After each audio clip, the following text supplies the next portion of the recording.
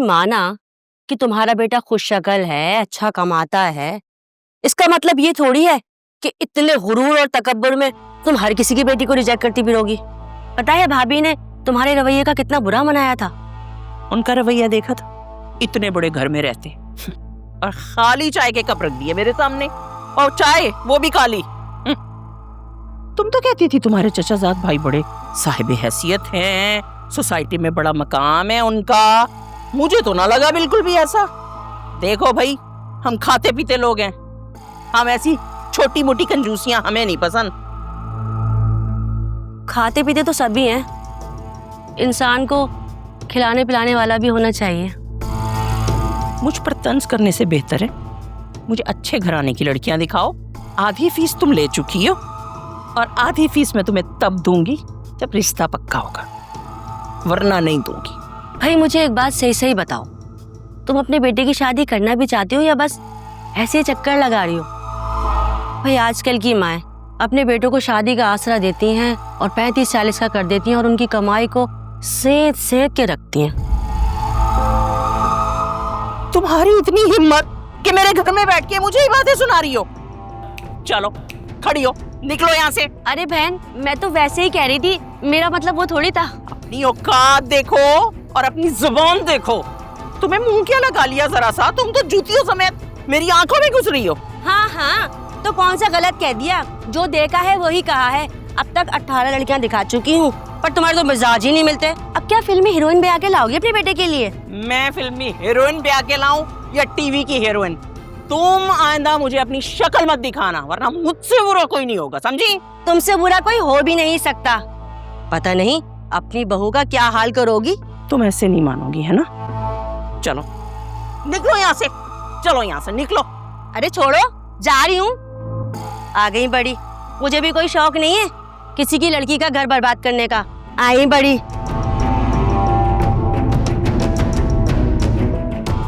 Mummy, ये चादरें वगैरह कहाँ रखनी है?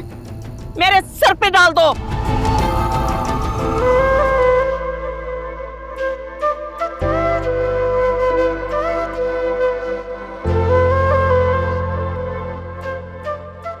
आइए आइए, कभी हमारे साथ भी बैठ जाया करें। घर के कामों से फुर्सत मिले तब ना। फिजा से कहा था सिलबट्टे पर कीमा पीसते, लेकिन नहीं। दुनिया चांद पर चली गई है और हमारी अम्मा अब भी हमसे सिलबट्टे पे कबाब पिसवा रही हैं। मेरी प्यारी अम्मा, आप परेशान मत हो, मैं पीस दूंगी। बस रहने दो, एक तुम्हें ही ख्याल है मेरा, वरना इस घर में किसी को एहसास नहीं है। सब फरमाइशें करने के लिए आगे आगे हैं, कोई हाथ नहीं बटाता मेरा। अरे भाई, मेरी बेटियां जरा बड़ा काम करने के लिए पैदा हुई हैं। बात तो ठीक है। ये सिलबट्टा, मुरब्बे, चटनियां, ये तुम खुद देख लो यार। हाँ तो और क्या, एक दिन देखना मैं बहुत बड़ी सर्जन बनूंगी। बेटा जब सर्जन बन जाओगी ना तब नखरे दिखाना। एक तो तुम दोनों के वैसे ही बहुत नखरे थे, ऊपर से इन्होंने सर पे चढ़ाया हुआ है। अच्छा चलो छोड़ो, ये बताओ कि मूड क्यों खराब है इतना? बाबा मैं बताती हूँ, असल में आज रात को असफर भाई और जोया डिनर पर आने वाले हैं, तो बस अम्मा उसी की तैयारी कर रही हैं। असफर को मैं बहुत दिनों बाद खाने पे बुला रही हूँ, कोई ऐसी वैसी बात मत कर दीजिएगा। अच्छा ठीक है। अच्छा एक काम तो करते हैं, छोटे के पाए जल्दी से ला दें, उसे बड़े पसंद है, वो बनाती हूँ। छोटे के पाए? असफर को छोटे के पाए नहीं, भैंस का मगज खिलाओ, भैंस का मगज, उसको उसकी बहुत जरूरत है। बाबा आप भी ना सही बोले बाबा ने।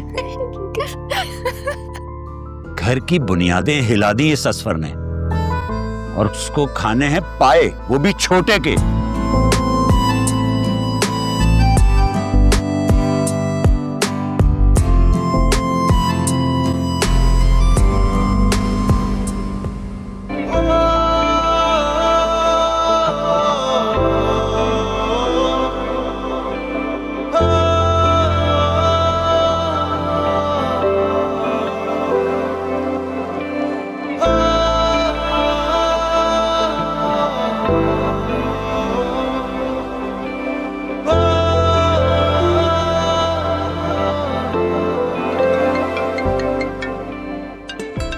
कब से तुम्हारा फोन बज रहा है, लो बात करो।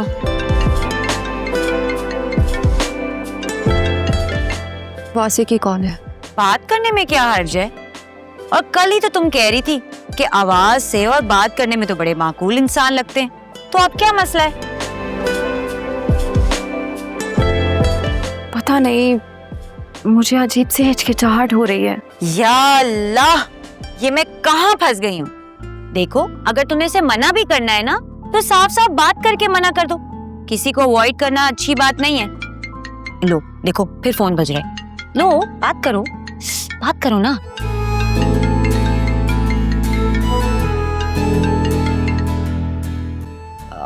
हेलो, अस्सलाम वालेकुम।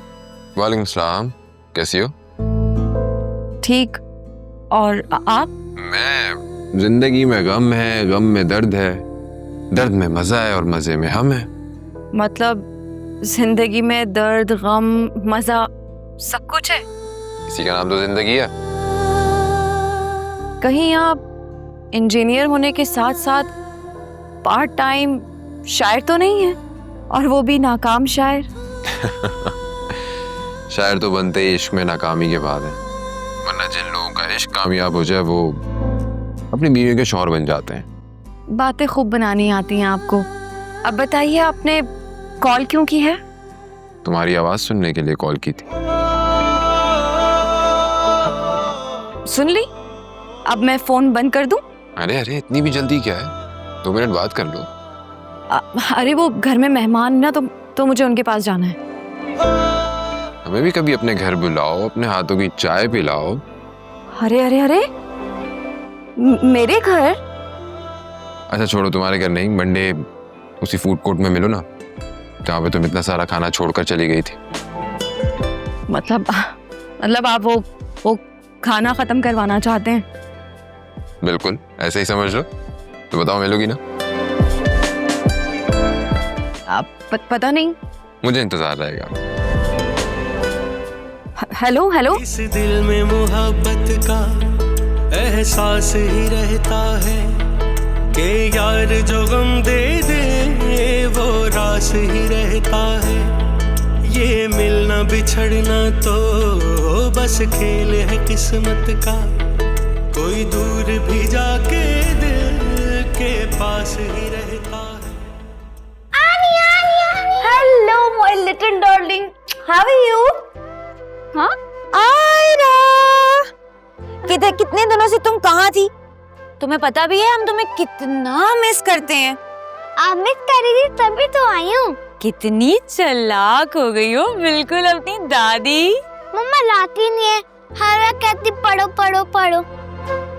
हाँ तो ये तो अच्छी बात है ना, जब आप अच्छा पढ़ोगी तो अच्छा रिजल्ट आएगा, और जब अच्छा सा रिजल्ट आएगा तो आपको अच्छा सा गिफ्ट भी मिलेगा। अगर मैं आपको अपनी विश पहले से बता दूं तो?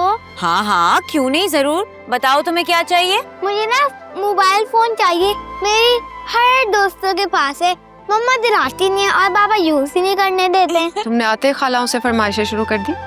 ऐसी कोई बात नहीं है, ये तो खाला भांजी का सीक्रेट है ना आयरा? Top secret. सब समझती हूँ, तुम दोनों ने खूब बिगाड़ रखा है इसे। अच्छा सुनो, तुम ना अपने असफा भाई को जाकर सलाम करो, वरना वो बहुत शिकवा करेंगे। कब से बैठा हूँ, तुम्हारी बहनें सलाम करने नहीं आई। हाँ क्यों नहीं, उनसे भी मिल लेंगे।